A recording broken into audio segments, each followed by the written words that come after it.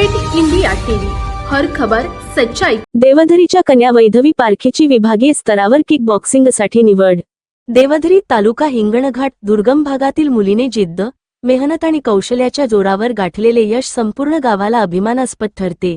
देवधरीची कन्या वडकी येथील small wonder high school and junior कॉलेजची 10वीची विद्यार्थिनी वैधवी श्रावण पारखी हिने असेच यश संपादन केले आहे। क्रीडा व युवक सेवा संचालनालय, महाराष्ट्र राज्य, पुणे आणि जिल्हा क्रीडा कार्यालय, यवतमाळ यांच्या संयुक्त विद्यमाने सप्टेंबर 30 रोजी यवतमाळ क्रीडा संकुल येथे घेण्यात आलेल्या किक बॉक्सिंग अंडर 17 स्पर्धेत वैधवीने उत्कृष्ट खेळ सादर करत विजेतेपद पटकावले। यामुळे तिची निवड आता विभागीय स्तरावर अमरावती येथे होणाऱ्या स्पर्धेसाठी झाली आहे। वैधवीच्या या यशात तिच्या किक बॉक्सिंगचे प्रशिक्षक हिंगणघाटचे मास्टर गोपी कोटेवार यांचे मार्गदर्शन तसेच तिचे वडील श्रावण पारखी यांचे प्रोत्साहन आणि आधार महत्त्वाचा ठरला आहे।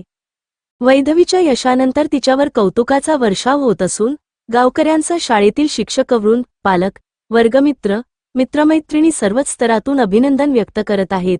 Small wonder high school and junior कॉलेजच्या प्राचार्या डॉक्टर मंजुषा सागर, क्रीडा शिक्षक शंकर मालखेडे, सर्व शिक्षक तसेच पालक व नागरिकांनी तिचे अभिनंदन करून पुढील वाटचालीस शुभेच्छा दिल्या।